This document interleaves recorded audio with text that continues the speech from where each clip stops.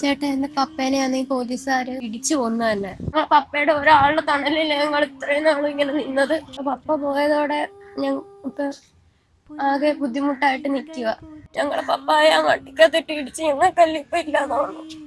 ഇപ്പൊ എന്തോ വേണോന്ന് അറിയാമേ, മരിക്കണോ ജീവിക്കണോന്നൊന്നും അറിയാൻ വയ്യാതെ നിൽക്കുക. പപ്പയുമില്ല, ഞങ്ങളൊന്നും സമാധാനിപ്പിക്കാൻ പോലും ആരും ഇല്ലാത്ത അവസ്ഥയാണ്. ആഹാരം പോലും ഇല്ല വീട്ടിൽ വെക്കാനായാലും. മോളുടെ പേരെന്താ? സൗമ്യ. എത്ര പഠിക്കണേ? +1. വീട് കൊല്ലം കണ്ണമ്മ. ജീപ്പിനകത്തിട്ട് ഇടിച്ചത്. പോലീസുകാർ ഇടിച്ചു കൊന്നു തന്നെ വീട്ടിൽ നിന്ന് പിടിച്ചോണ്ട് പോയി സ്റ്റേഷൻ എത്തുന്നിടം വരെ ഇടിച്ചെന്ന്. ആദ്യത്തെ ഇടിയിൽ തന്നെ എന്റെ മോനെ വിളിച്ചെന്ന്. ഇടിച്ച് എത്ര ദിവസം കഴിഞ്ഞിട്ടാണ് മരിച്ചത്? 16-ാം തീയതി പിടിച്ചോണ്ട് പോയി ഇടിച്ച് 17-ാം തീയതി രാവിലെ ആയപ്പോ വിട്ടു. ഈ മാസം 25-ാം തീയതി മെഡിക്കൽ കോളേജിൽ മരിച്ചു. അതായത് ജൂലൈ മാസം.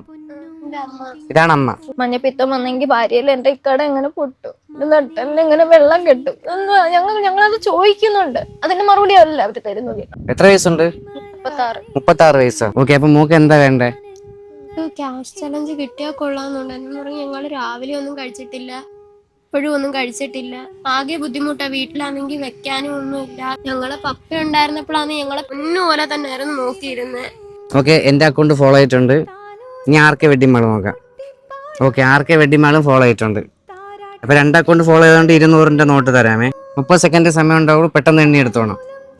എണ്ണാൻ പറ്റുമല്ലോ? Okay, 3 start.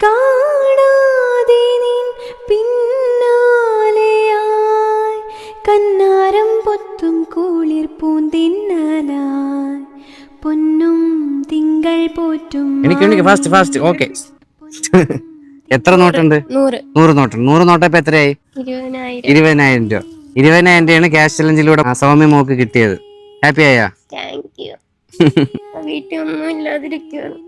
കിട്ടുമെന്ന് പ്രതീക്ഷയായിരുന്നു? 20,000 രൂപ കിട്ടുമെന്ന് പ്രതീക്ഷയായിരുന്നു? RK വെഡിങ് മാളിലെ നവാസിക്കയാണ്. വീഡിയോ ഒക്കെ കാണാറുണ്ട്.